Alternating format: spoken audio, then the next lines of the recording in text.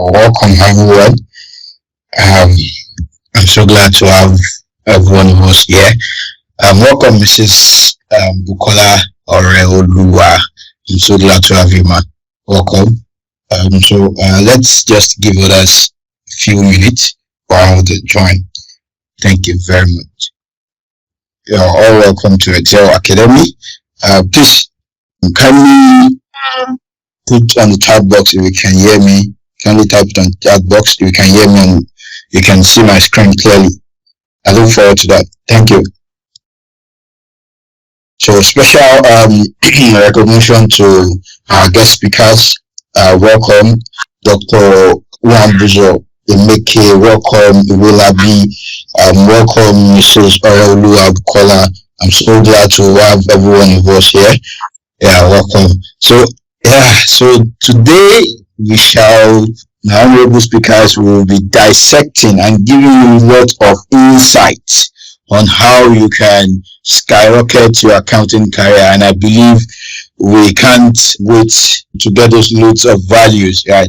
Yeah, we'll be starting with the instructions. Yeah, so these are the instructions.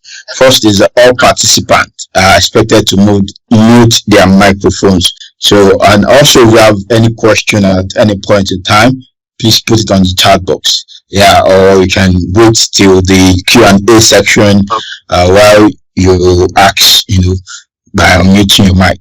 Then the last is you should also try to avoid any distraction, because I believe our speakers are here with loads of values on how you can take your accounting career to the next level. So I believe you won't want to also miss that.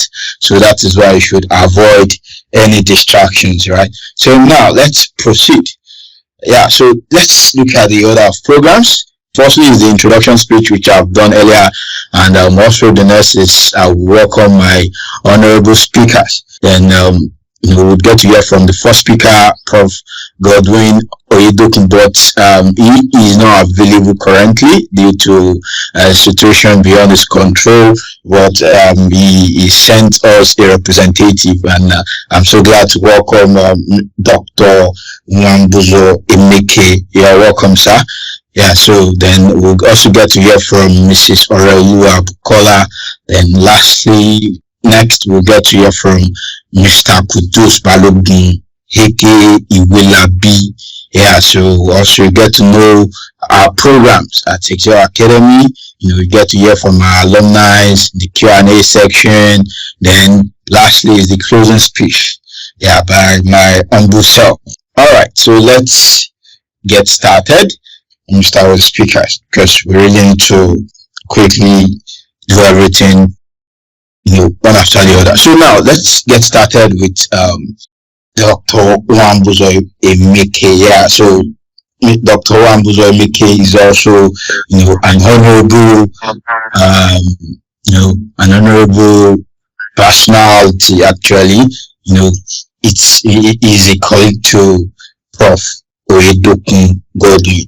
Right, and yeah, so here's the profile of Professor Godwin Oyedokin, but then Dr. Wambuzo Emeke would take it up from there. So basically, we all know Prof to be a very multi-talented and multidisciplinary scholar. Yeah, so he's an honorable mentor to my humble self. Yeah, he's a public policy analyst, and he's currently a professor at Lead City University, Ibadan. Yeah, so I know many of us would surely know him. Dr. Wambuzo Emeke, you are honorable. Welcome, sir. We will be glad to hear from you, sir. Welcome. Good afternoon, everyone. I wouldn't want to bore you with protocols. I believe the anchor has already done the protocol. And unfortunately, I wanted to actually switch on my video, but it's like the platform is not enabling me to switch on my video. Probably before the end of the presentation, we'll be able to see me. I'm actually standing in for Professor Godwin Oyedokin, who is unavoidably absent right now. He's on board, and he just called me to stand in for him. He's my personal colleague, a very good friend of mine. So that is just by the way. My honorable self, I'm a chartered accountant, 22 years experience. I belong to, I'm a council member of Chartered Institute of Taxation of Nigeria, a council member of accounting researchers, another council member of forensics, and presently, just recently, I was just seconded to support EFCC and the aspect of fraud detection and tax fraud actually. So having laid that foundation, I believe this is just for you to be able to know the person you will be dealing with this afternoon. Now we're talking about issue of boosting your career, accounting as it relates to what you have. I need to understand that I'll be dealing with both graduates and undergraduates on this platform, so I will find a way to be able to balance it up. By way of introduction, I would have loved to make a presentation via the display button, but maybe when I'm done, I could send it to the moderator so that I can share with you. Now, looking at accounting jobs in general, if we look at the segments of the economy in terms of manufacturing, in terms of finance, financial consultancy, business services, trading, education, transport and utilities, you talk about construction, mining, agriculture, government, healthcare, non-profit, talk about the high-tech, the insurance, the pharmaceutical and biotech, the real estate and media and entertainment. You see, all these places I've mentioned are places where the services of an accountant is required. That is to let you know that you have a whole lot of opportunities. Now, I'm going to send you a chart, which are a kind of pie chart that I drew here. It's talking about that within all these sectors I have actually mentioned, about 28% of accountants are required in the manufacturing sector. Why is that large figure? You know, in manufacturing sector, we talk about issue of cost accountant, you talk about financial accountant, tax accountant, and the rest. They are all required. That is why we have about 28% of population required for accounting job in manufacturing. Then the next following that is issue of finance. The banking and non-banking institutions, they require a lot of accountants. Why? That one is ranking about 14%. You know that record keeping, report presentation requires somebody that is well grounded in terms of having advanced with accounting knowledge to be able to work there. Following after that sector is the business service sector, which require about 13%. The next sector there is issue of trading, you know, which is what most people are doing now. Some call it one-man business, some call it limited liability, enterprise, even ordinary firms, business name, individuals into trading. They require about 7% of accountants are required. Another aspect is the issue of education, just like what we're doing now. About 6% is required. The same thing with transport and utilities. You know, these are places where construction, mining, and agriculture is looking about 5%. So I will just pause there in terms of where our services are required as accountants. Now, the next thing is to be able to have a successful accounting practice. Looking at the modern approach, you know, you need to be able to have a guide, a walkthrough, a kind of step and process in which you need to follow to be able to obtain what is required. What am I talking about in terms of these steps? You know that for you to say you are a chartered accountant, it means that you have gone through professional certification. And for you to have professional certification in Nigeria today, we have two main bodies for chartered accountants, which is either ICAN or ANAN. Then after that, there are other professional bodies that you can equally, join to add to what you already know, because no knowledge is lost. Part of them is Statute of Taxation of Nigeria for you to be able to practice as a tax practitioner. The good thing about accounting is that it's so wide. There are a whole lot of things you can do in terms of accounting. Either you specialize in a certain field. In accounting, you can be a financial accountant, a cost accountant, management accountant, tax consultant, business evaluator, and the rest. The list is endless. But like I said, the first thing you ought to do is to do what? First of all, get a certification for you to now say, yes, you are a professional accountant. I'm not undermining the fact that you have to go through higher institution to be able to acquire your first degree, which is either your BSc or HND. I'm talking about taking you now to a professional level where you will say, yes, I'm a chartered accountant or I'm a certified accountant. You must be able to get the certification through any of the professional body. I may not want to dwell so much into it because there are a whole lot of things to be said. Now, having done that, the next thing expected for you is to define your professional practice. Like I said, there are a whole lot of things to be done, but you cannot become a jack of all trades and master of none. So you need to be able to define what your professional practice want to achieve. Do you want to go into external audit? Do you want to go into internal audit? Do you want to go into management consulting? Do you want to go into tax consulting? All these things are professional practice. You need to be able to find out. You can even do a combination of 2 or 3. Forensic accounting is still part of it. You should be able to define your professional practice and have the right one you want to work with. Then the next aspect is you need to be able to set right kind of goals.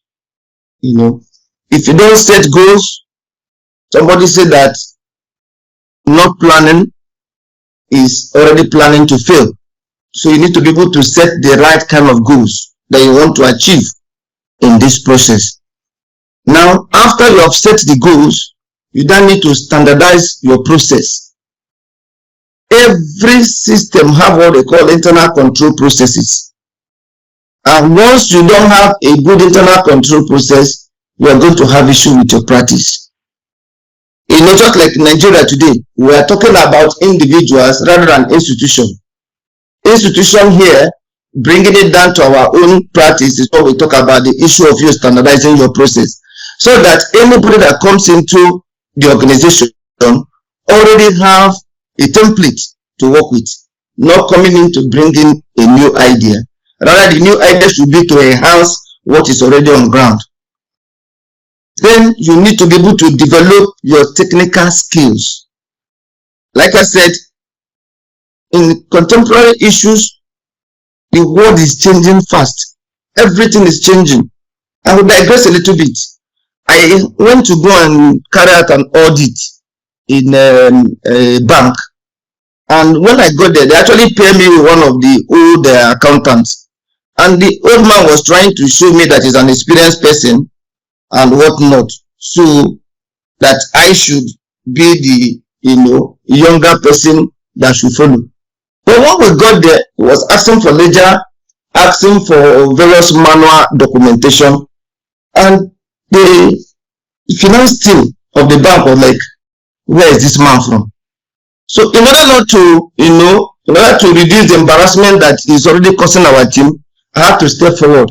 I said, well, my personal colleague have just stated some of the things we need. But however, before we start real work, can you please run me through your audit tray? Can I have the administrator's password? That was when they now know that somebody was communicating.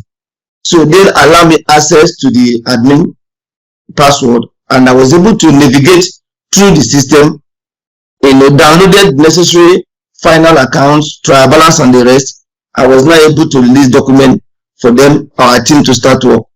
So it was then this my senior colleague now realized that, man, it's like I'm still in the old age. So he like stepped back a little and I said, doctor, please, you can continue with this assignment. Maybe later we will talk. Within me, I understand. You can't actually bring down your colleague, but it was obvious that he cannot perform in such environment. So the next thing you have to do is you need to expand your knowledge base. You need to keep learning, stay informed about changes in accounting regulations, standards, and best practices. You need to be able to attend seminars, workshops, webinars. Even you can consider joining other professionals that are related to accounting, then so that you can be able to have a wider network of opportunities. That one is very important. Then you need to be able to focus on your planning. Very, very crucial. You need to be able to focus on your planning. You need to be able to gain diverse experience. What do I mean by gaining diverse experience? You need to seek out opportunities to work in different areas of accounting. I've mentioned them: auditing, taxation, financial analysis, management accounting. This variety of experience will make you a well-rounded professional and open up more career options. Then we are now in the era of technology. You need to be able to develop strong analytical and problem-solving skills. Just like I talk about my personal colleague that is not computer literate. And he finds himself in an environment where he needs to carry out an audit that does not understand the workability of the system. So it's an issue. So you need to develop a very strong bias, analytical and problem-solving skills.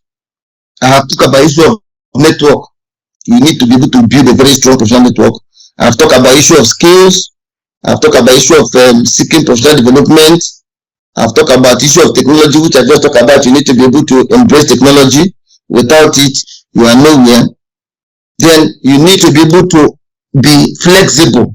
You need to remain flexible so that you can easily adapt to changes. You need to be able to embrace changes as they come. The accounting field is constantly evolving with new regulations, technologies, and practice. So you need to be able to adapt and be open to changes and continuously seek opportunities to learn and grow. Then, like I said, remember that when you're talking about career advancement in accounting, it's going to take you time, it's going to take you effort. You need to be able to invest in your education, your skills, professional network. These are the ways you can be able to boost your accounting career and increase your chances of securing a rewarding opportunity. Now, to try to be able to, because I have other things I've stated, but I don't know how much time I have, we'll talk about issue of, I have some recommendations to help you build your capacity. How do you do that? You need to be able to, first of all, understand where you are. You need to adopt a growth mindset. You need to invest in training for your human resources. You make knowledge development and sharing an ongoing practice. It's not just one-off. You need to have documentation of key processes. You need to set clear goals and track meters for use of technology. Then you need to connect with other organizations. This is my recommendation to help you build your capacity. Now, you have now been qualified. Having been qualified as a chartered accountant, how do you now go? The first thing you do is to be able to make sure you have a registered firm.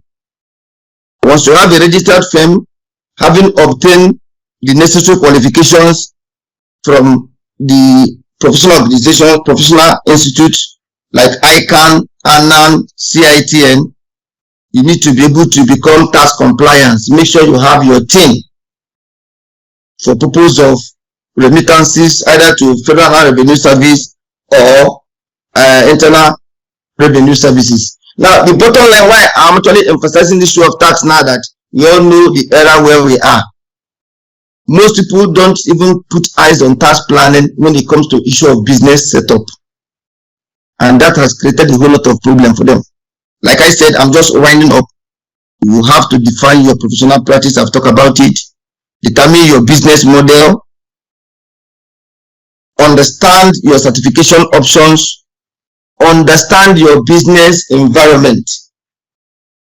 Now, when you eventually go into getting into streamlined practice, what do? You consider which professional approach is right for your business. You consider other tools to help you streamline your workflow, and you ensure you stay up to date with continuing education, especially on professional contemporary issues and others. Then you have to grow your professional business. How do you do that? Market yourself. You know, the way you present yourself matters a lot. Somebody cannot see you looking like an agbero and you say you are a chartered accountant. It is out of it. Then you need to be able to expand your practice to serve both the small and medium businesses. You should be versatile to the extent that you should be ready to be able to serve any class of business as they come. In summary, business environments remain dynamic. Nigeria will not just be an exception. So it is the adaptation of your business and your firm that will determine the failure or the success. You talk about your attitude and the management of changes in your business or professional career and environment, from practice management to acquisition of clients, staff recruitment, process management, stakeholders engagement, technical competence. All these must continually be subjected to planning and review as realities unfold. Professional colleagues, ladies and gentlemen, I would like to pause here in case there are questions for me. I think I was given 10 minutes. I hope I've not exceeded the time I'm given. Thank you for listening. Thank you very much, Doctor. I sincerely appreciate those valuable insights you shared with us. Yeah, so I also picked a lot of insights in what you shared. They said professional certifications. Yeah, actually, there's this saying that you having BSc without ACA, you are just a bookkeeper, and that's true. Yeah, it's true. You need that certification. You need to be certified that yes, you are a chartered accountant. You understand? So that is why you need professional certifications. And guess what? Exam Academy is here to make the journey easy for you. Yeah. So we'll talk about that. So also, Doctor mentioned defining your professional practice. That is selecting your niche that you want to specialize on. It can be tax, it can be audit, and so on and so forth like that. You need to define it. You need to say, okay, this area I want to specialize on it. There's this saying that goes, jack of all trade, master of none. Though you understand that you can be good at so many things, but there should be this particular thing that you need to be a master of. Do you understand? So that's the essence of you defining your professional practice, right? So also, Doctor mentioned setting the right goals, developing your professional skills, right? Also expanding your knowledge base. All these are very, very, very vital. Yeah, I must say they are very, very vital, right? So Doctor, we really appreciate the insight you shared. Thank you very much, sir. I really appreciate once again, sir. So so permit me to introduce my honorable speaker, my second honorable speaker, the person of Mrs. Oreoluwa Bukola. Yeah, you are honorably welcome. So let me give you a brief insight about Mrs. Ore. So basically, Mrs. I mean, if you are very active on LinkedIn, you should have come across her post. Yeah, she's also a very powerful professional too. So Mrs. Olua is an accomplished chartered accountant, a chartered banker, and also a CFA level 3 candidate. I believe you know what it takes to be, a CFA level 3 candidate. It's a very crazy exam actually. I really need to tell. So also she has over 10 years of experience. She has worked in the financial services sector, and currently Mrs. Orelua is a manager at PwC UK. Mrs. Orelua, I'm so glad to welcome you, ma. Welcome, and we're glad to hear from you, ma. Thank you so much. I hope you can hear me. Thank you. Yeah, definitely, I can hear you, ma. Okay. Welcome, ma. Thank you so much. I mean, Mrs. Ore sounds really somehow. Just call me Ore. All right, that's fine. Thank you. All right. So thank you so much. And thank you so much, Doctor, for the things you said. And obviously, I think Doctor has pretty much talked about almost everything I would really like to talk about, to be fair. But I'm just going to talk about some practical things that everyone needs to keep in mind. If you if you really want to scale your career, basically. So you need to remain qualified for the work you do. So look, I qualified about years ago when I had the ICAN qualification.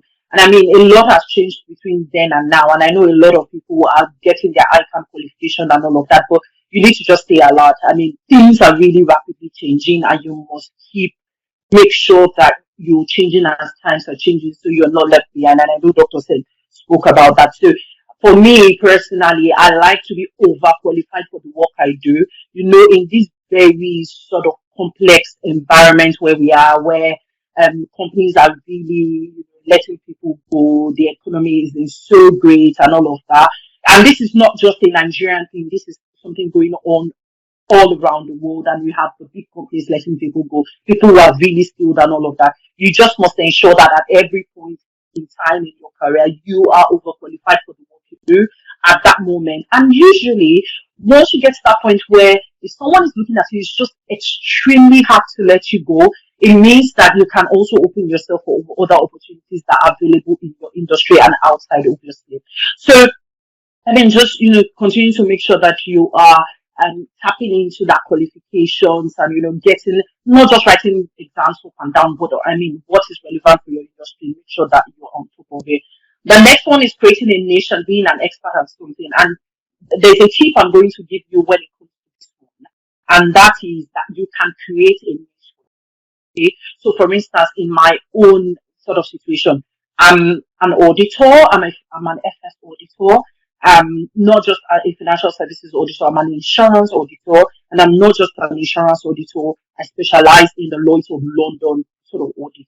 So I'm really, really, really, really streamlined. And before then, I've done AWM, asset wealth management, I've done banks, large banks, I've audited banks like GTB, I've done FBN Quest, I've done a couple of them before I left Nigeria. So, doing all of that and just creating that niche for yourself and just say, okay, this is what I want to do and this is where I'd really like to get. And before you get to that point, obviously, if you're just starting your career, you may have to test 1, 2, 3, 4, 5 things before you get to a point where you'll be like, okay, this is the one I like to do, and I'm just going to stay in this route. Yeah. So you could have got the opportunity to do tax, you could have gotten the opportunity to do advisory related stuff and consultancy, business solutions, all of those type of things.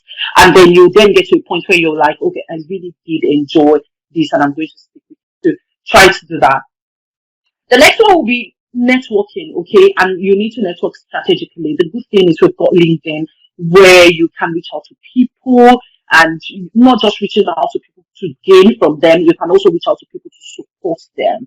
I've got people who reach out to me naturally. Just they say, oh, yeah, are you doing well? We see you doing too much. Is there a way I can assist you? Is there a way I can be of help to you? That kind of deal. So, I mean, just making sure that you are supporting others and you're gaining support from people and you're not just a loner kind of deal will be really helpful. I guess another one will be make the effort to attend sort of networking events around you. So I think depending on where you are, you could just basically search for networking events, look on LinkedIn if people are saying, "Oh, people are welcome to this networking." Sometimes some of those events may cost you some money, which may not be too much. You try to, be part of that to meet people that can open you up basically to opportunities. Um, Now, when it comes to taking on complex tasks and assignments, this is really very simple. Be that person on your team who says, "Leave it with me, I can do this, let's do it." Don't be that kind of person who sees something complex and you just basically disappear. You just disappear into thin air.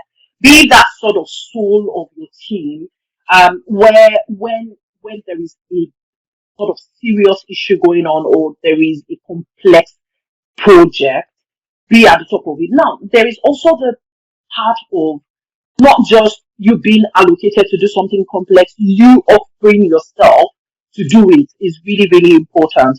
And you looking for opportunities to do so. This is my experience when you're working with really accomplished professionals.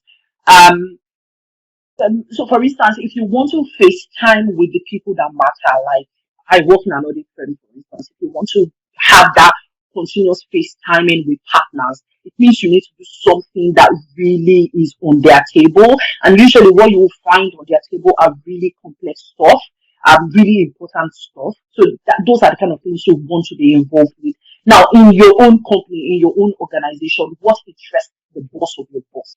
That is what. So you seek those opportunities. So for instance, there is a report that your boss prepares and sends to his own boss. You can let your boss know that, no, don't worry, I can do this report. And, okay, let me try my hands on this, for instance. And it will gladly, people are looking for people who will make their work easier. So you voluntarily seeking out those opportunities. If my boss can do it, I can try. I can do the first draft. My boss can review. So seek out those opportunities. It will really make you grow. And a time will come where opportunities will open up and you'll be able to say, "Oh, I did this, I did that, and I did that." Okay? So developing your soft skills is really important. And one of the ways you can develop your soft skills is by taking on leadership. So soft skills is not just, so when we talk about IFRS 17, accounting operations, all of those things, IFRS, accounting operations, whatever gap you look at, whatever new IFRS are coming up and framework and whatever frameworks guiding your work, those are the technical areas. Now there is the soft skills, communicating with people, report writing, leading orders, leading a team. Those are really soft skills where you begin to deal with people. For me, in my case, I remember when I had the issue of just being extremely direct, just because that's how we are as a people. We don't go through corners. We just talk to people the way we feel. And I had to work on that. So you need to start determining what are those things I need to do. I'm talking about leadership skills. You need to put yourself in a position where any project, anything, if you say, "Oh, there is this need," be at the front to lead. So you can even get to the point where you're leading those that are above you, those that are way sort of older than you, or those that are in grades that are higher than you. Can get to that point where you're able to lead them. So you need to be at the forefront of that. Okay? So you need to develop your soft skills. And let me tell you, the best way for you to develop your soft skills is for you to watch others intentionally and be self-conscious. That's the best way for you to develop your soft skills. Of course, there are trainings there and all of that you can partake in and all of that. But that's the best way, looking at others and learning from them. Okay, so this next one be Agile, embed technology into your daily tasks. Please, everything you put your hands to do, everything you do when you go to work every day, think while you're doing those tasks. One of the things you need to ask yourself is, how can I do this work more efficiently? If you do a task and it takes you about an hour to get through every weekday, ask yourself, how can I reduce the hours I spend or the time I spend on this task? Now, there are several ways for you to reduce the time you spend on every task. You can use technology, basically, or you can use technology tools if they are available to you and to your company. You can delegate it to others. And by that, you're freeing up time for you to do more meaningful and more interesting things. So you need to really think about being agile, opening yourself up, taking up. So for instance, everybody knows how to use Excel, but not everybody knows how. And Ultrix is taking over. Tableau, Ultrix, all of those things, they are taking over. So as a professional accountant, if you're still stuck with Excel, Control C, Control V, Control, if that's where you're still stuck, something is, you're already in 1992, basically. Because now people are using Ultrix to do all sorts and more. And now we're talking about AI taking over everything, ChatGPT and all of that. So if you're still back as Control C, Control V, something you just need to move to the next level. So the next one will be pursue professional development opportunities. Obviously, attending workshops, staying on top of trends in the industry. And I mean, when you hear news about, so for instance, there is the news in Nigeria now about the subsidy removal. What is the implication of that for you as an accountant? You should be able to, contribute nicely to that sort of topic. Okay, so don't just be there, be looking. You must understand if they said there is inflation is rising, what impact does that have on your company, on your company's business? What is the impact of that on your work as a professional? How does that impact the opportunities that will be made available to you? There was a time while I was back in Nigeria where, due to the economical situation, people were not getting jobs.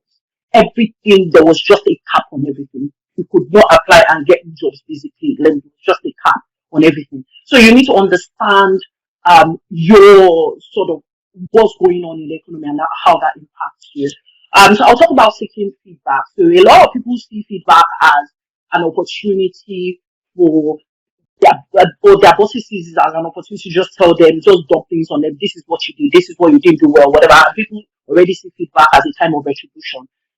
If you are a professional accountant and you want to really scale, feedback is a time when you're learning what you can do better for you to get to the next version of yourself. So whatever feedback you're getting, if people are saying, oh, you did this well, but this one, I think you need to focus on this, and take it in good spirit and work on it. You need to work on it, basically. So work on all of the things that have been said to you that you need to work on. Now, staying informed, of course, we talked about that before. That's just basically making sure that every news that passes that impacts your work in one way or the other, you need to understand it, basically. And you need to understand how it impacts you. And I've talked about taking on leadership role before, so I'm not going to talk about it. I'm sorry, I'm just rushing through everything. I just want to make sure that I'm scaling back in terms of time. Now, this is one last thing I really want to talk about, and that is business acumen. As a professional accountant that has been employed to work in the company, you must be interested in your company's business. You must understand how your company makes money, how the money is expended, what the whole company, you must be interested in the finances of the company. You just say, my own is to post journals. You are not going to go far because you are a CFO in the making. So you must stand tall to say, how does this impact us? How does this government policy impact our business? And this, so you must be interested in the business of your company, and you must also read about the work you do. Very, very important. You must read about the work you do, and you must be interested in the business acumen. Okay, so I'll just stop here, and then I'll hand over back to you. Thank you. Thank you very much. Though you said I should call you, or what, as a typical Yoruba guy, or should I say Yoruba man, it's a kind of disrespect. So I don't know what I might not agree with that to call you or madam. Yeah. So what? Maybe I'll just call you madam or ma, But I really appreciate the insight you shared. Thank you very much, madam. I really appreciate. You mentioned about developing soft skills. Yeah, that's very, very vital. As a prospective CFO, because as an accountant, you go to the CFO position, in the organization or finance director. You really need the soft skills, right?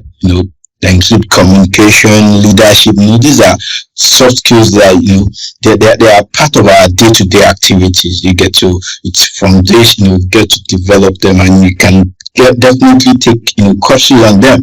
You get this are very, very important. And also, we all know that the world is tilting towards the technology era. Yeah, we have likes of AI, machine learning and the likes to get. So that's why you really need technology. Yeah, you really need to embed technology in your day-to-day activities. It's really, really vital. Do you get that? Yeah, it's really, really vital. And there's this saying that will AI take our jobs? But the answer is no. But people using AI would definitely take your job. That's it. If you don't embrace it, that's it. So, and also you should definitely seek you should pursue professional development opportunities and the likes. Yeah, thank you very much, Madam. I really appreciate the insights you shared with us, and honestly, they are valuable, and especially the network. Yeah, we are going to do something now before the end of this session, and we'll definitely connect with each other to get that. So this would practice it. We won't just say it within ourselves. We'll definitely practice it, and stay tuned to the end of the session while we network with each other. Thank you. So thank you very much, Mrs. Ore. I'm sorry, that's a mistake. Thank you very much, Madam. Permit me to invite the next speaker, which is Mr. Kudus Balodi, aka Iwilabi. Iwilabi, my honorable friend. Welcome. I'm so glad to have you. So basically, Iwilabi, if you're also very active on LinkedIn, you must have come across Iwilabi, and you should, there's this duo, Iwilabi and Richard. You should definitely, you must have definitely come across these two. You get that? Yeah, they are my honorable professional colleagues, and I'm so glad to have you, Wilabi. So basically, Wilabi is someone that is very, very resourceful. Yeah, I need to say that it's very, very resourceful. Yeah, so welcome, Wilabi. Thank you very much. I'm so glad to have you here. So you have the floor. Thank you very much. Thank you very much for that humbling introduction. I think I don't even know where to start from. Where I have a doctor, I said a lot of things, and then I have experts in the house, a great mentor, has also said a lot of things. So I honestly don't know where to start from. Most especially, given my own background, it's a bit different from what Doctor and Madam Ore has before now, right? So I think my own will be taking a bit of another turn for us to look at this. We'll share a bit of my story and then use it to pass my message along, right? And what do I mean? Why do I need to share my story? Is because a number of times I've seen out there people say a lot of things that are not possible. You hear it is not possible. If you have HND, you struggle to get job. If you have BSc, you struggle to get job. This and that. But then let me make it clear. The person in front of you today, speaking to you all, my highest academic qualification is National Diploma in Accounting. That is my highest academic qualification, National Diploma in Accounting, and I've had this since 2015, and I have not seen any significant pressure to push me to go and get whether an HND or a BSc. And currently, on a scale of let's say in my career so far, I've been able to grow my career to an extent that you can call me a CFO of an entity. So I currently work in a group of companies, and I am the vice president of finance and administration within the group at which I work. And what does that mean is I didn't get there overnight. And also, why am I saying this is not because of anything, but because to tell us that there is no just, or let me just say, not only one road leads to success. Doctor has said a lot of things. Madam Orator has said a lot of things. Doing your job well, leveraging technology, networking, and all of those things. And both of them both have very, very great academic credentials. And not everybody will be privileged to do that. So I will start with number 8 on the use what you have to get what you want. And that's what has helped my career up to this. I have national diploma in accounting 2015, Federal Polytechnic Ilaro. Before, immediately after my national diploma, I started early, and that's why I have number 1. Number 1, you have to start early.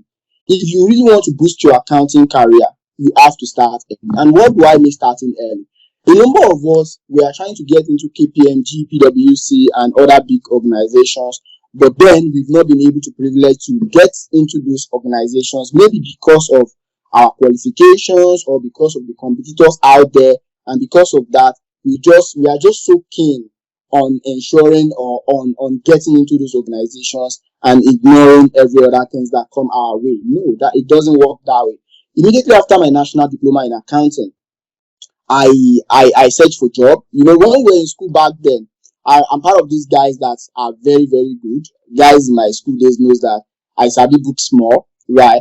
And you know the way the guys that are always very good, distinction, first class guy, and then they were in school, they feel like they've gone through a lot of trouble, and they'll be like, if I should finish here, my first salary must be XYZ amount. I can't accept this XYZ amount. And then, as a national diploma student back then, when I was doing my undergrad, right, when I was in school, I also attempted that. I said a lot of things. And one of them is that if I should finish this LD, any job that I want to get, right, it is not going to pay me 100,000 naira per month. I'm not going to accept, right? And it's just so funny. and why are we saying that?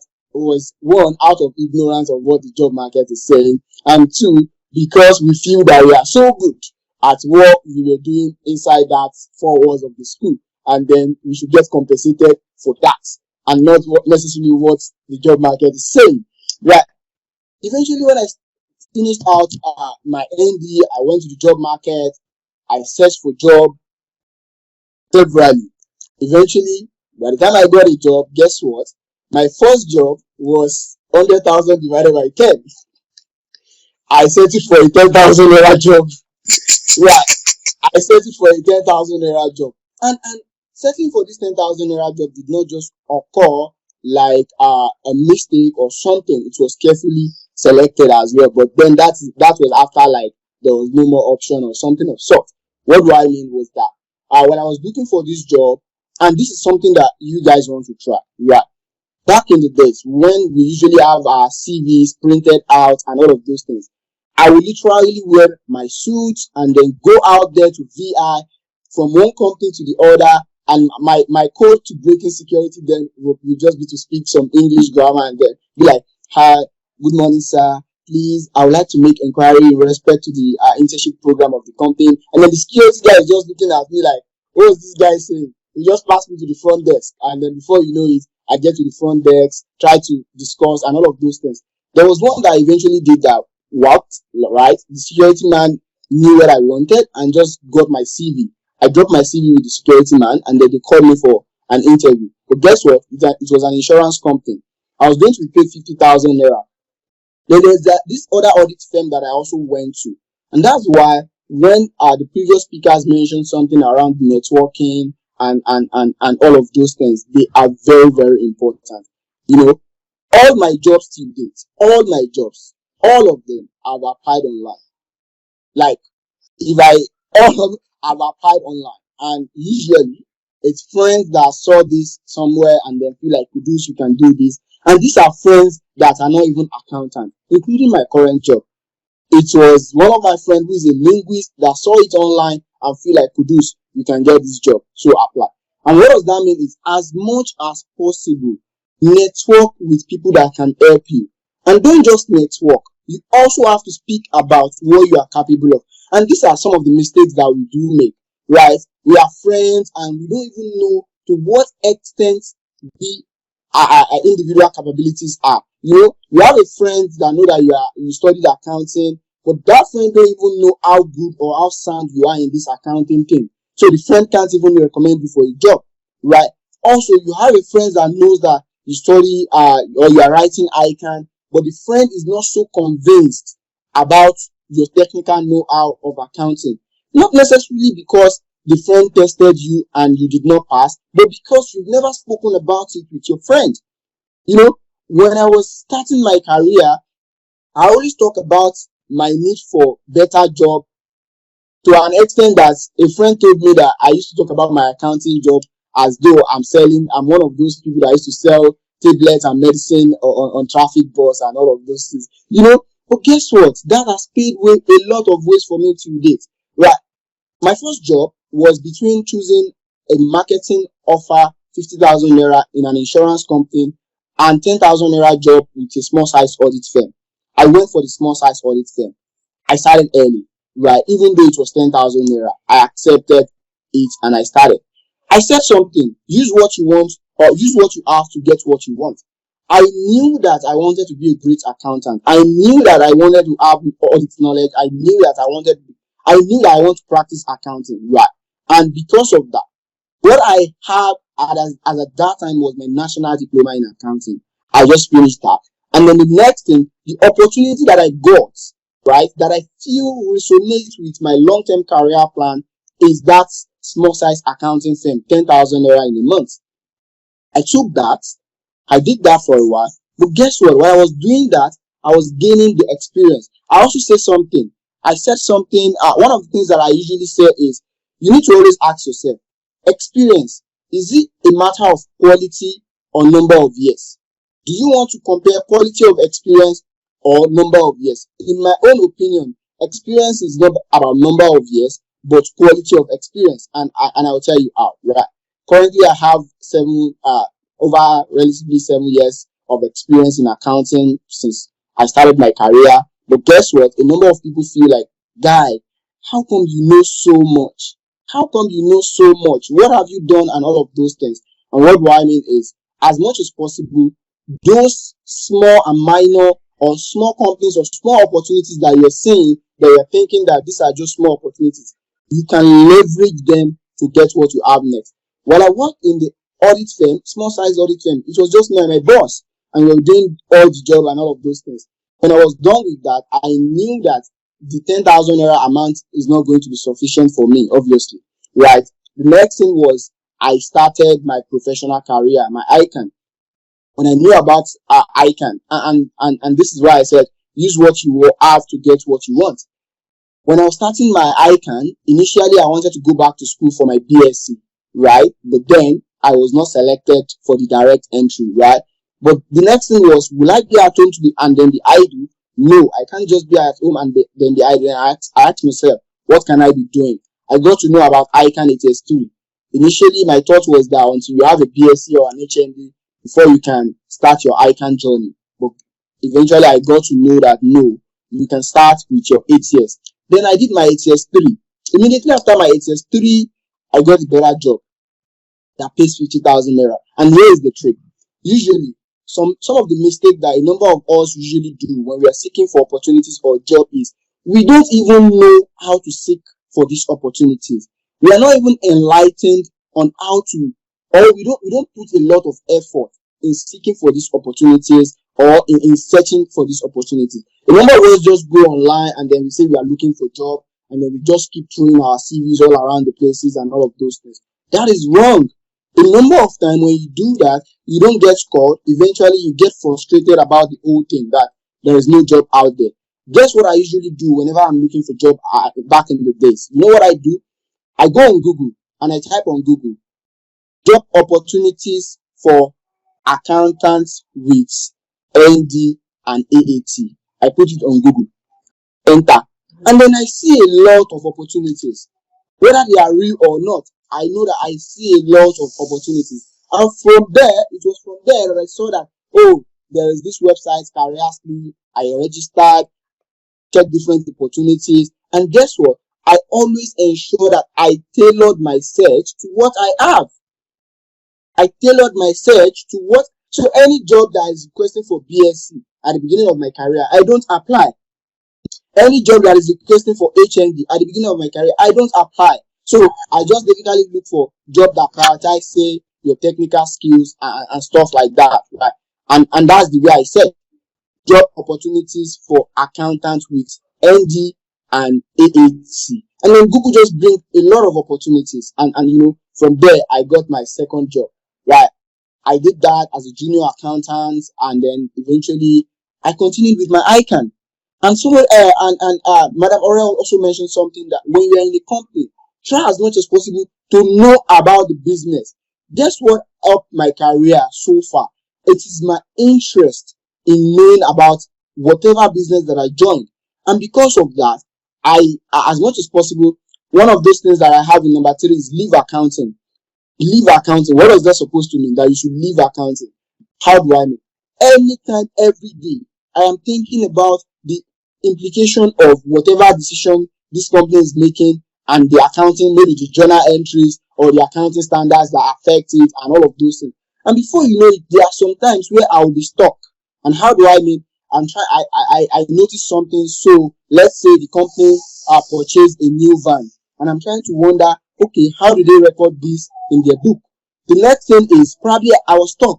I'll go to Google. I go on Google and then search what accounting standards talks about machinery and stuff like that. Before you know it, you get to read more. Right? Leave accounting. While I was growing, my second company, right? It's an FMCG space, and then the next thing I thought of it, okay, how can I also contribute outside my accounting?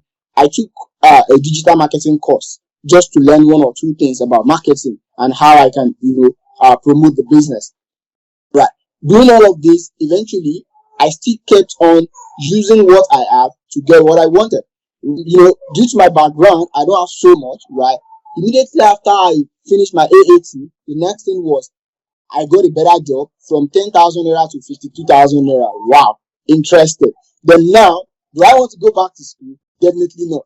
Then I continue with my ICAN. I self-sponsored for my skills level, passed my skills level, went to professional. I was literally using what I have to get what I want. I knew that if I should get my ICAN right, I will get a better job. It is not written anywhere that I will get a better job, but it is the stake I am willing to put. Of course, one of those key things that everyone on this call must know is before you can be able to boost your career, like in a very, very super turbo charge, you have to be ready to take risk. You can't avoid taking risk. You have to be ready to take risk, right? My first job that I was earning 10,000 naira from, guess what? I resigned the job even when I knew that the 10,000 naira job was not going to pay me. I resigned the job to go and further my learning, do my ATS3. Before you know it, get to skills. Before you know it, get to final. And before you know it, my current job, as a then, I was already earning like 60,000 naira that year. That was around 2018. The next thing was, I felt like this is small for me. I resigned. Each time that I resigned my job, this is also one thing I usually do back then. Whenever I buy data, I ensure I complete one course or the other. Go and check my LinkedIn. Just go and check my LinkedIn and see the amount of courses I have completed. Once I buy data like this, the little data that I buy, I want to ensure that I get value for it. I usually think like an accountant. I have to get value for this thing. So once I buy data like this, I'm thinking, what course can I get to take? And also, I said something on number 4, get skilled for rainy days. People will say, save for rainy days, save for rainy days. I don't believe in saving. Sorry to those who believe in savings. I believe more in spending my money in a very, very meticulous manner. So I track my spending. Instead of saving, I track my spending. And how do I mean is that as much as possible, whatever 1,000 naira data that I buy, I want to get values from it. Aside from the fact that I'm chatting with friends and all of those things, I want to take courses. If I should say I want to go and greet a friend, I know the reason why I'm going to greet that friend. I won't get there and then we start chatting. I'm probably talking about my accounting career. I also said get skilled for rainy days. There was a time I learned how to write CV, right? Learning how to write CV is one of those key skills that everyone on this call must know how to, leverage, like transferable skills, is writing. You can't go wrong having a very solid writing skills. No, you can't. For your career, also for freelancing, for your career and for freelancing, there are times I've worked in not less than 15 organizations so far. even within my 7 years of experience, I've worked in a lot of companies, right? And working in all of these companies, I've resigned not less than 5 jobs without having another job standing by. I just resign and I go back home. Each time that I'm resigning and going back home, guess what? That usually save me? Those skills that I've acquired. And these are the times that you see me writing CV for people, writing SOP, writing business plan. For everyone on this call, as an accountant, one thing I would definitely advise you to know how to write is business plan. And why do you need to know how to write business plan? How does that make sense to even accounting? It makes sense because as an accountant, your primary job is to account for business activities. So knowing everything about business matters to you, regardless of where you are in your career. I learned how to write business plan as of 2017 with 7,000 naira. Today, for me to write you a business plan, I charge as high as 250,000 naira. Right? So, get skilled for rainy days. Each time that I need to leave my job, maybe because I just feel tired or I have something else I want to go and do, let's say I want to go and take a course or something, guess what? One thing that I always know that will help me is what? I have skills that I can use. So I spend a lot of money trying to get skills and all of those things instead of keeping my money somewhere thinking that it's going to multiply. Also, I said something about gaining quality experience. Guys, to gain quality experience, you have to volunteer. You have to volunteer. You can't just sit there and think that your job, posting on a daily basis, is experience. No, that's not the experience we are talking about. Quality of experience comes with doing multiple things, trying out new things from time to time. As I am like this, I work as an audit intern, I've worked as junior accountant, internal auditor, financial analyst, account officer. Think about it. I've worked as a manager for financial planning and reporting, senior manager, till I got to a VP. And guess what? I started volunteering for a startup as far back as 2017 as a CFO. And this is one thing that everybody must strive to achieve. Madam always said something around excellence and all of those things. Also, doctor also mentioned that, one of those key things that you must strive to always achieve is whatever position, whatever role you are currently manning in your organization, don't let it just be for the name. Don't let it just be for the name. Guess what? I volunteered as a CFO for a startup when I was barely 3 years of experience in accounting. But guess what? I knew that I don't want this thing to just be the name. I started searching about the role of the CFO, know one or two things, follow up. In fact, I called different people to know, okay, what does this role of the CFO entails and all of those things. Doing all of those things give me an edge. Not to bore us, right? I said something here that I would like to mention. Track your progress. I think that's what I will make the last part of this thing. Tracking your progress. In 2019, as of 2017, as of 2018, I was already done with my ICAN. I took some risk. They went bad. What were the risks? I resigned a job that was paying me 60,000 naira.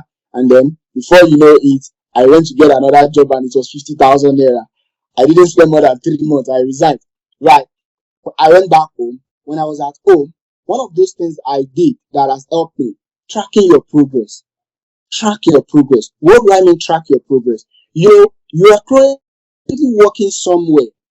And then the next thing is that there is a day or a time will come, whether you want to do performance appraisal to get to the next level, or you want to interview for another role. You have to speak about what you have done. If you are not tracking them, you just find yourself being in an interview, and then you just be dancing around the bush, beating about the bush, trying to figure out what exactly you did. But when you track your progress, trust me, you'll be able to say everything. Guess what? I did an interview as of 2019.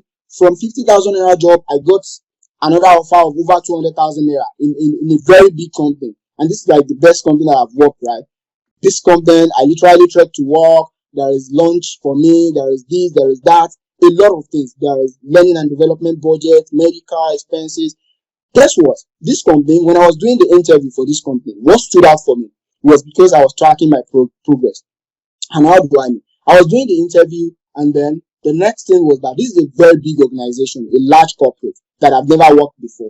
When I was interviewing with the MD, and I mentioned after the whole thing, the MD was like, okay, the only issue we have with you now is that you have not worked in this kind of organization before. Right.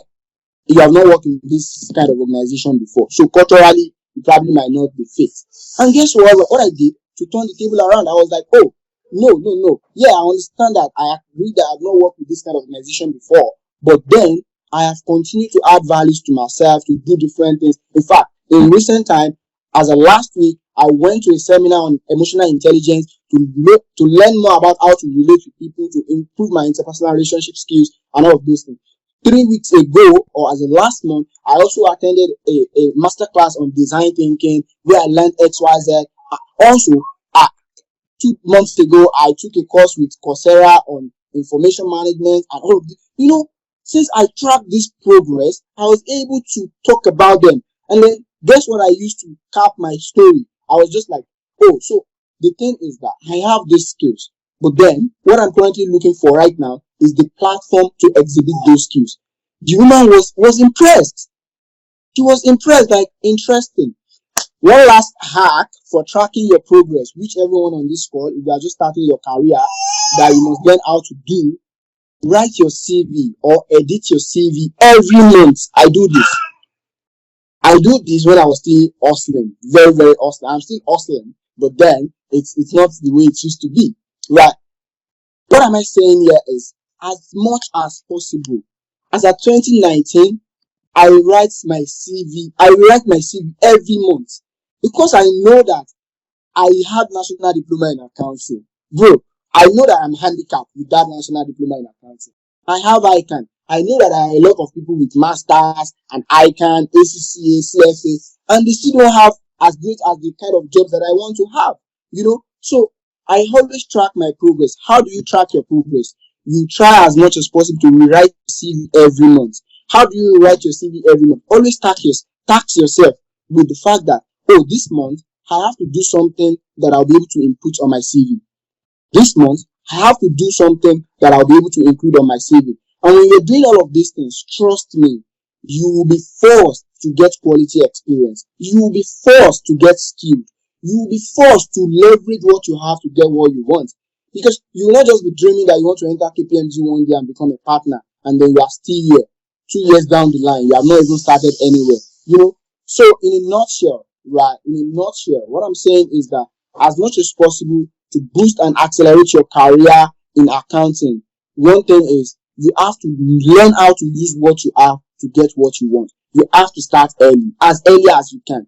Don't wait till you get everything together. If I had been waiting that I have a ND in accounting, I have to look for someone to sponsor my BSc or my HND or my ICAN before I continue my career. Today, everyone on my team that I currently manage has a degree, even masters, right?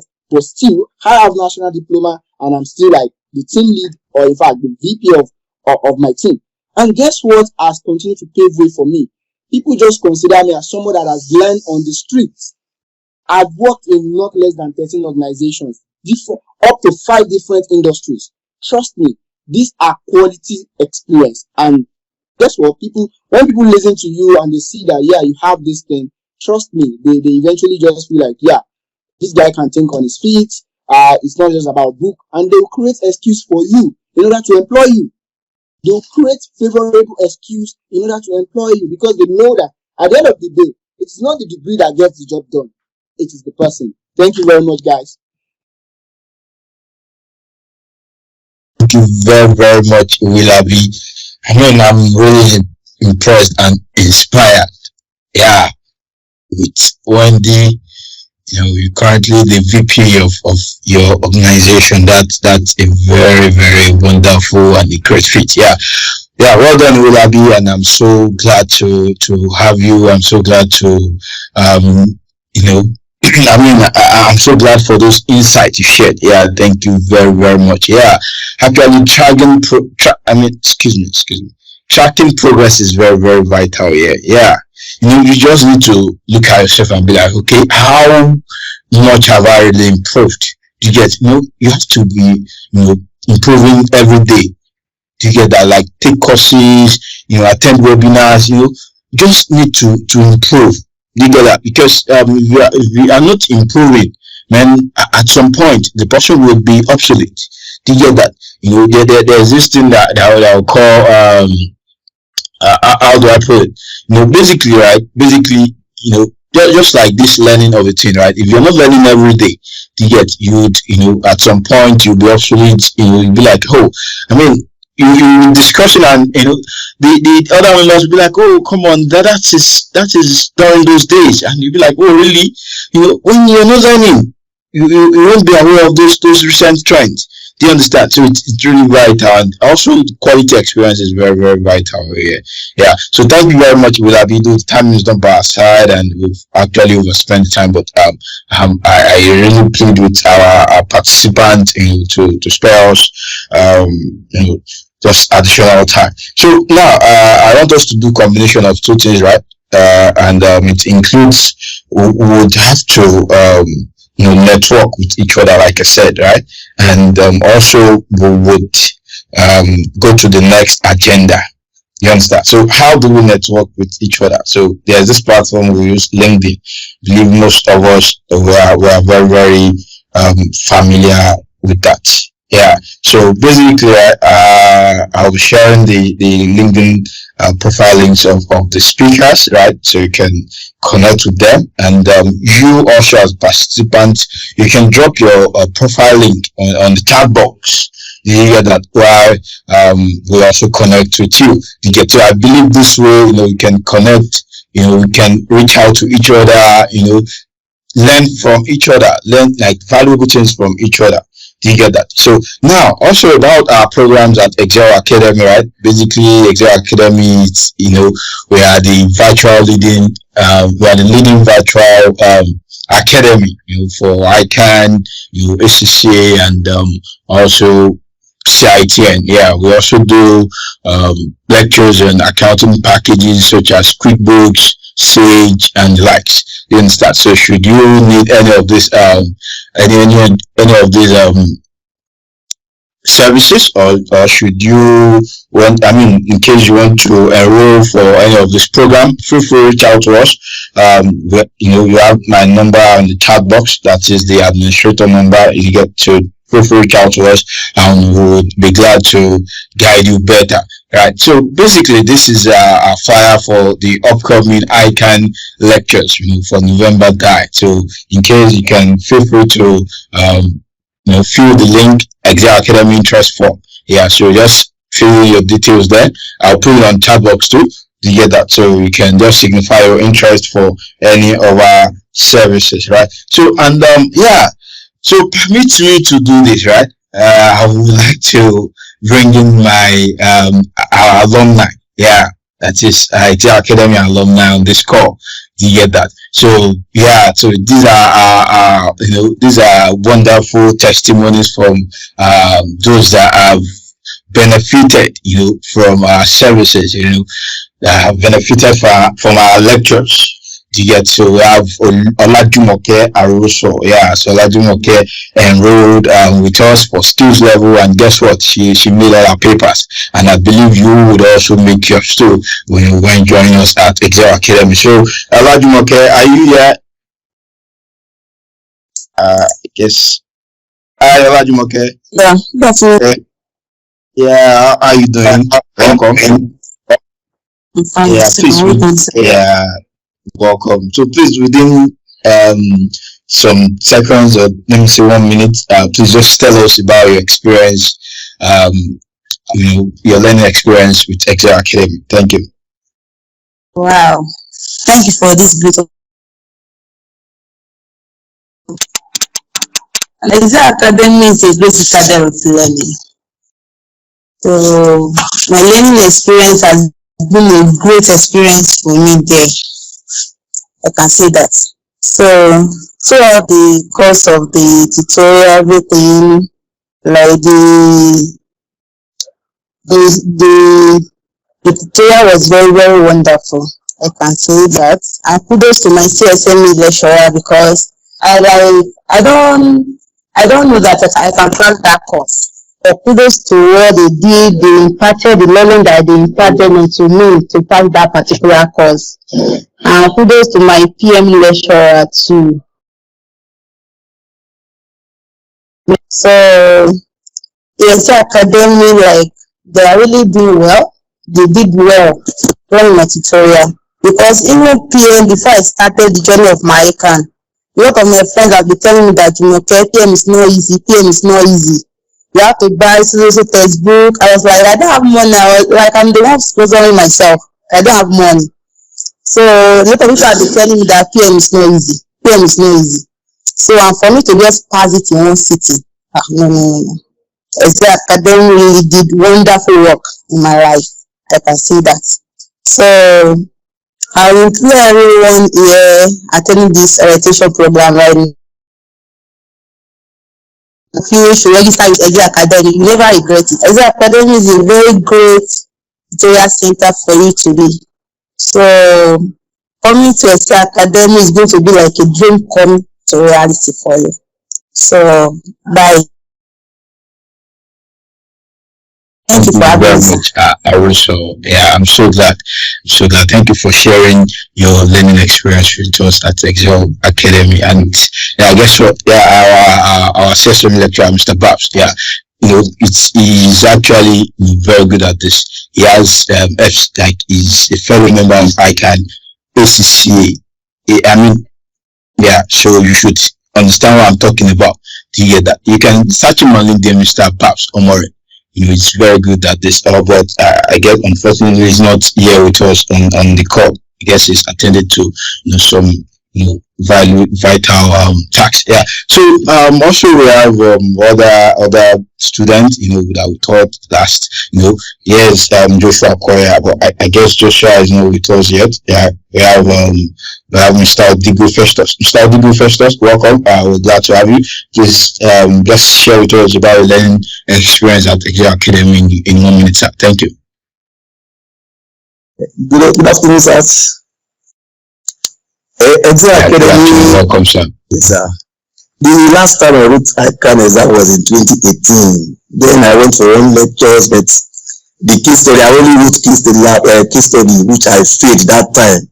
And when I joined the Agile Academy in this year, and I was even happy because the way they taught us case study, it was like just a different approach. Even the SFM, the lecturers are too wonderful there.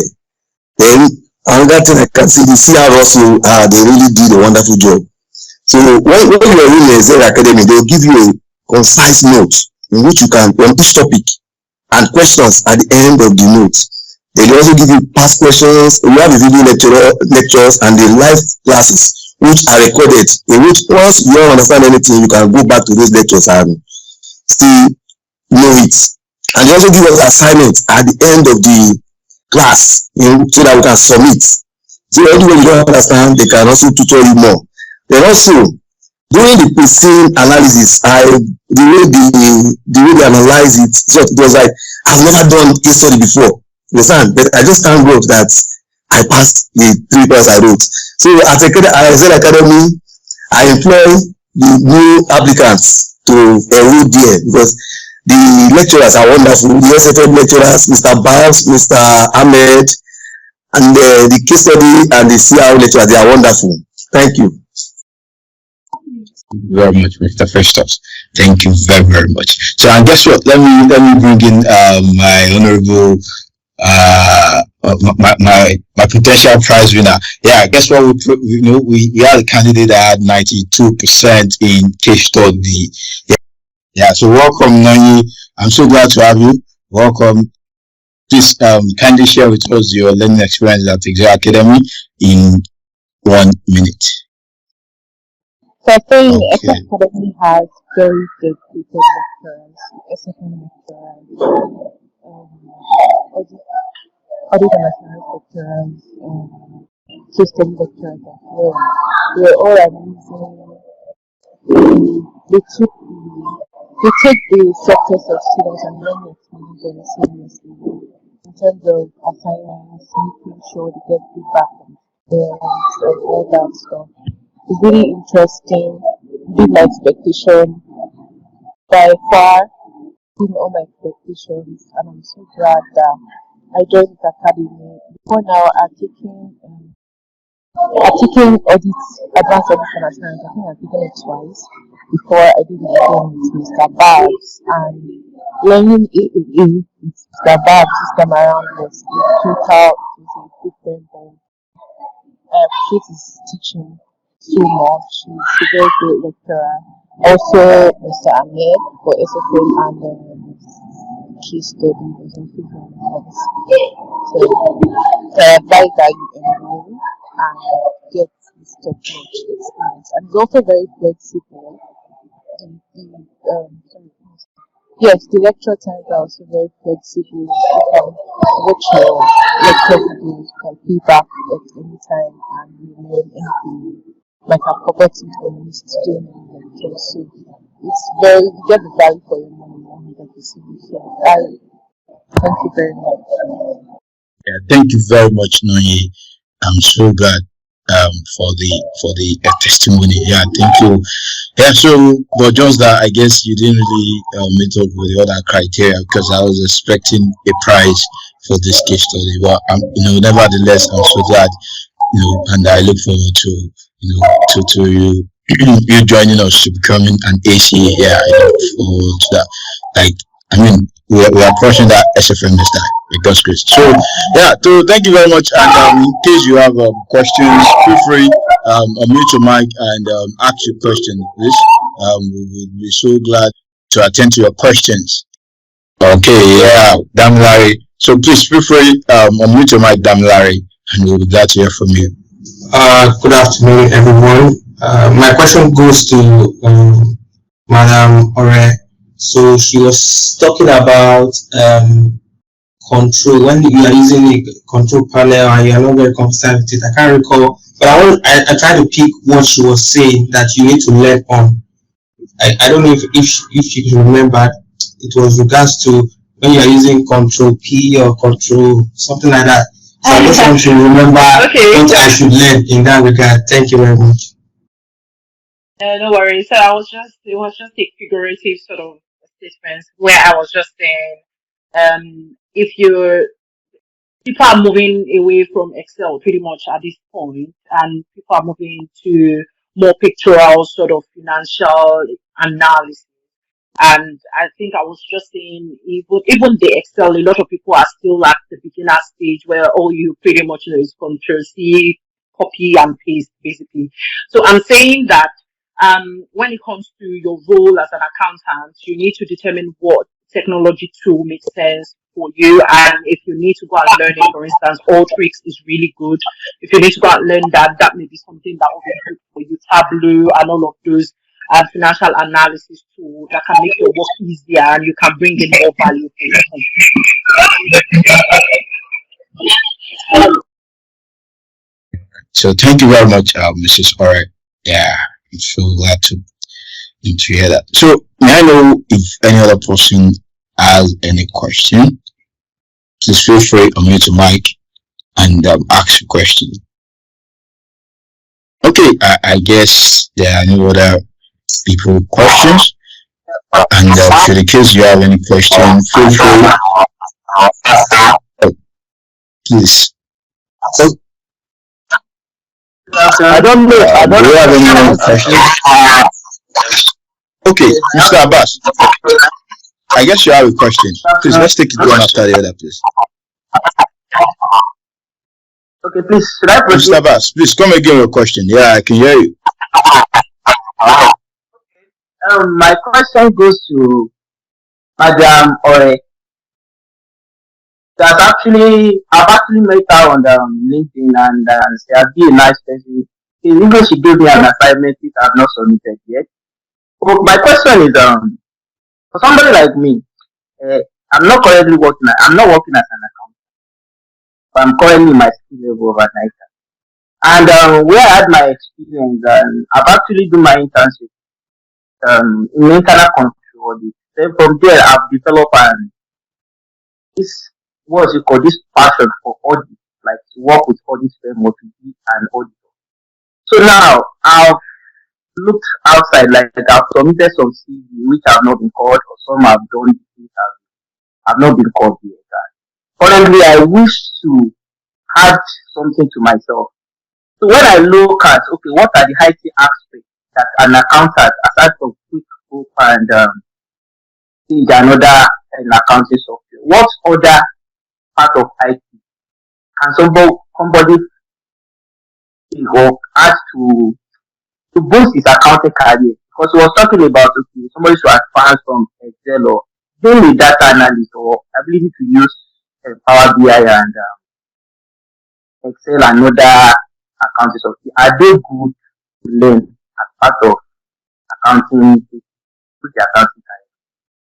I don't know if you get my question. Yeah, I totally understand where you're coming from, and I mean, don't let's overthink it here, because I know a lot of people come and ask those questions as to what do I need to do, what do I need to do. I think the first point of all is, usually if you're not in a particular line or you're not actively doing something, to learn something as about it and really, I'm sorry, I don't know if someone needs to mute so that there is no echo. Okay, fine. So I guess where I'm coming from is this. Like I would say, don't overthink it. If you're currently doing something now, the question, you can do a bit of mini evaluation. What are the tools? What are the things I do on a daily basis? So, give for instance, I'm an auditor. While I don't do it personally, I've got associates and senior associates who do selection of samples for the test we would typically do. And usually we would do it via some tools, in-house build tools and all of that. And sometimes generally on Excel.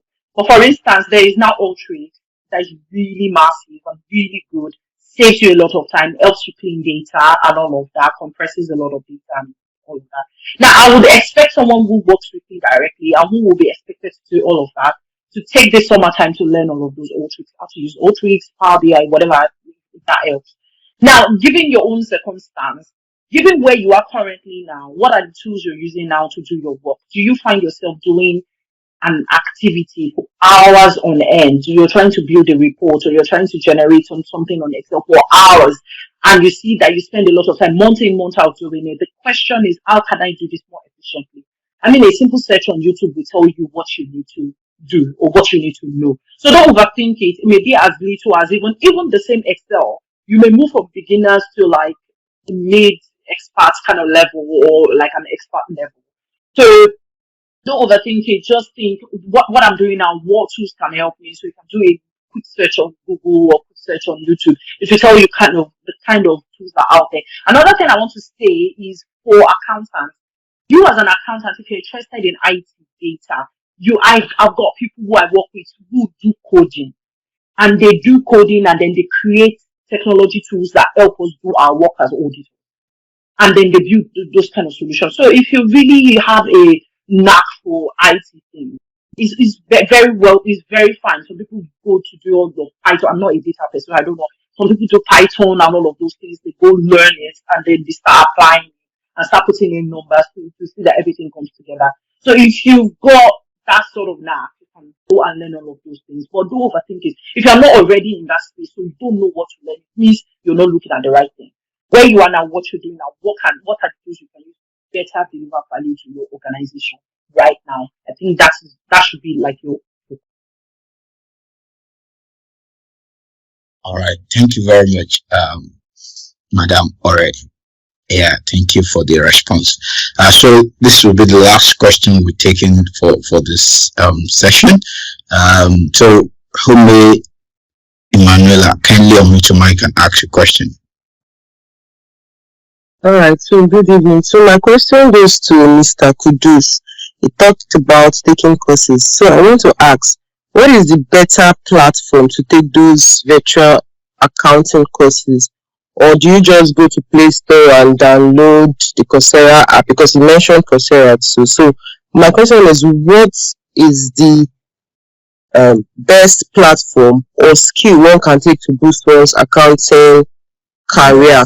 And also, that one attached him. That one are untouchable. Now, Sorry for that. okay, so I want to ask if data entry is also a good skill that an accounting personnel is going to take. So those are just my questions about taking courses, trying to boost your accounting career. Thank you. You're welcome. Okay, quite an interesting question. Number one is, where do you get your accounting skills from? Well, a number of platforms actually. A number of platforms.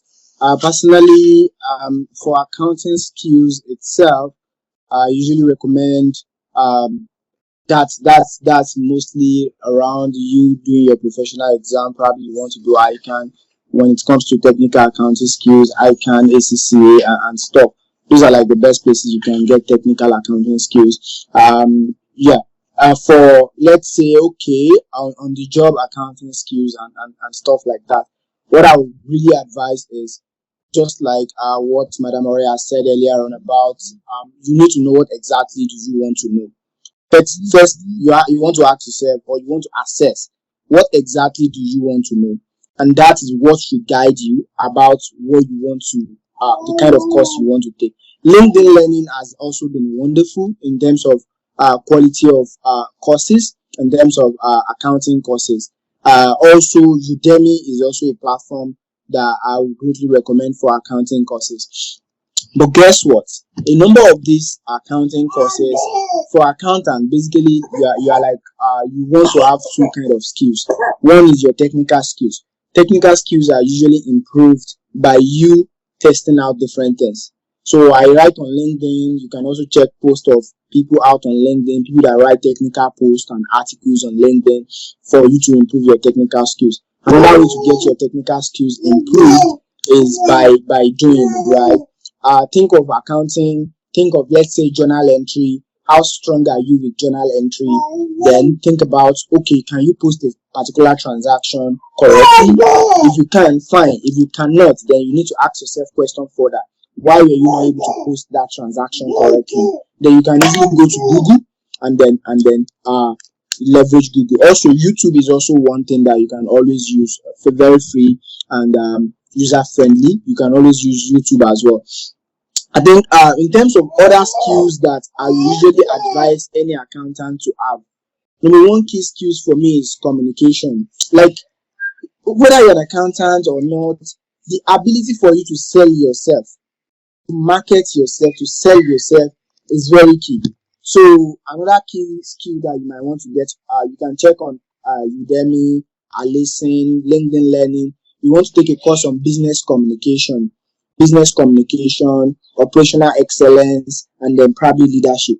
And also one key skills or two key skills again is emotional intelligence and design thinking. You see, design thinking is not so common, but this is something that I will tell everyone on this call to learn one or two things about design thinking. Yeah, I think that answers that. Then the next one is data entry a good skills for an accountant? No, you can't just stop at data entry. No, you can't just stop at data entry. Anybody can do data entry. That's just the truth. For you to be a good accountant, you probably want to talk about data analysis. You want to talk about how you are able to analyze this data and be able to make or be able to suggest how this data can be used to make meaningful decision. You know, so it's not about data entry, but data analysis. Another key thing that is close to that data analysis is around critical thinking. So you probably want to improve your critical thinking skills. For you, you're not just entering the data again, you're thinking about how far useful the data is. So when you are able to, combine all of these things, then you'll be very good. So it's not just about data entry, but rather data analysis. How are you able to analyze different set of data? How are you able to identify trends? How are you able to advise people based on available data to aid decision making? I think that's it. All right. Thank you very, very much, Mr. Iwilabi. Yeah, I sincerely appreciate the response. And so, though I said that's the last question, but I have one of my valuable tutor at Agile Academy here who wants to ask a question. Mr. Obatunde Aziz, I would have to bend the rule, for him. So, Mr. Obatunde, please ask your question.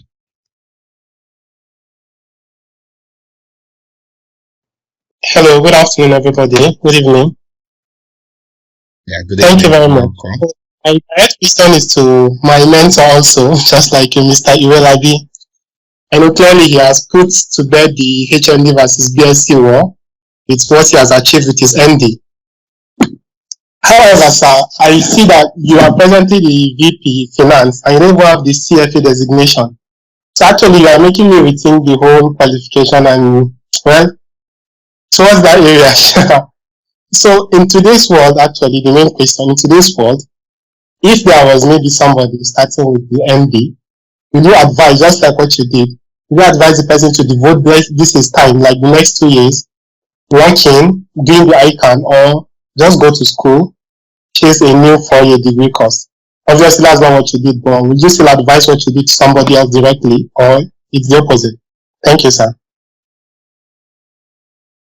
This is actually a very tough one because to some people will say I just get lucky, right?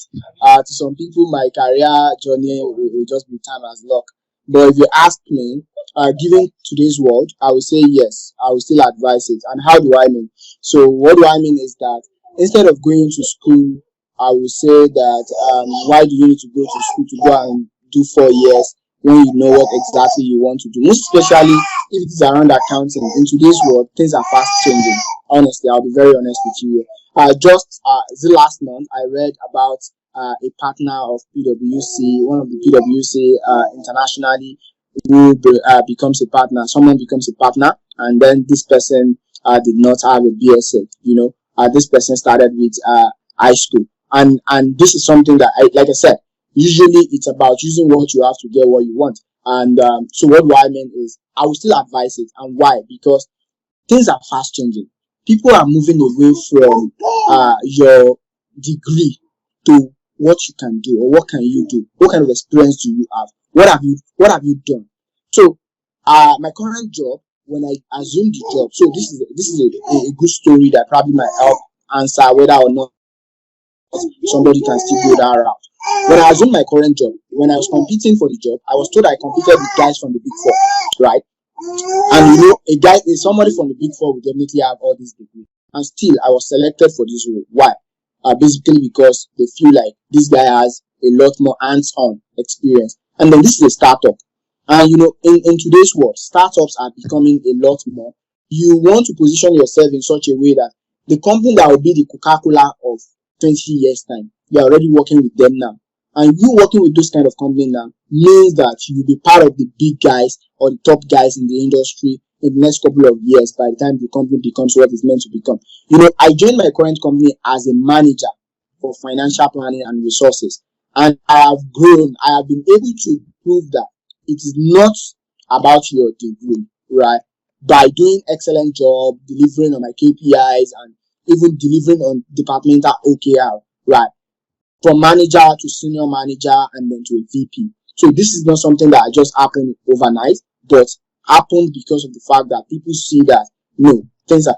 Also, one good thing that has actually made me also decided that this thing is what I will keep advising people, or that I can literally tell anybody to go ahead with this. I have done multiple international interviews with the Big Four without being called. So there was one of the Big Four outside Nigeria in Dublin that I did an interview with, right?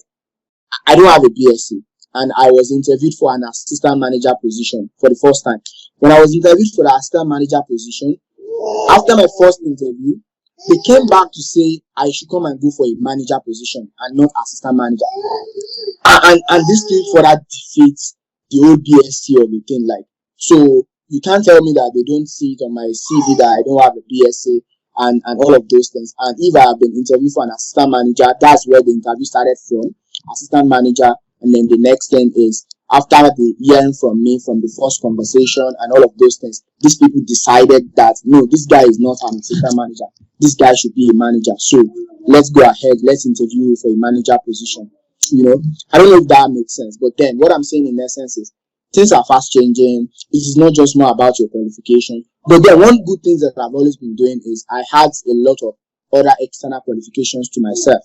Like so currently I have an Harvard course I'm currently taking. And you see all of these things are not 4 walls of school education, but then I still ensure that I improve on myself. So it's not as if it's still the same ND guy that you'll be talking to right now. So yeah, ND is National Diploma, highest academic qualification, but then in terms of experience, in terms of versatility, and in terms of knowledge, I've done a lot, a whole lot, and I think that's just the way to go. So it's not about qualification. Even in the tech world now, it's not about your qualification any longer. It's about what you can do. And one way that I've also shown what I can do is I write a lot on LinkedIn. Go and read my LinkedIn post about accounting.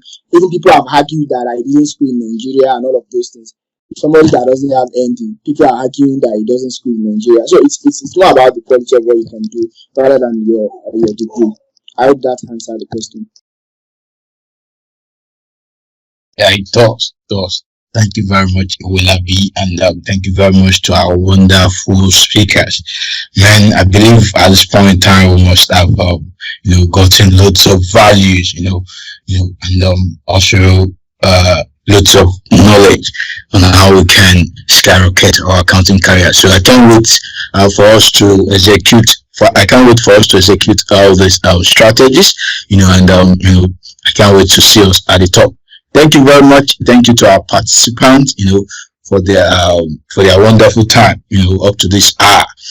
Thank you very much. And also, if you haven't followed those links I sent on the chat box, make sure you do that. And if you also, also ensure that you connect with other links, on the chat box. Thank you very, very much for your attention, for your time, for your effort, for your resources. Thank you. I really appreciate you all. So I believe it's a good time for us to call this webinar, to an end. Yeah, thank you very much, everyone. Should in case you have any question, you want to ask any of the speakers, feel free. Their links are in the chat box. Feel free to connect with them. You can also reach out to Excel Academy too. Feel free to reach out to us. Ask your questions. Feel free. We'll surely be there to guide you and answer your questions appropriately. Thank you very much, everyone, for your time. I really appreciate my honorable speakers too. Yeah, thank you very much, everyone. Yeah, to enjoy the rest of your day. Bye. Thanks, Ahmed.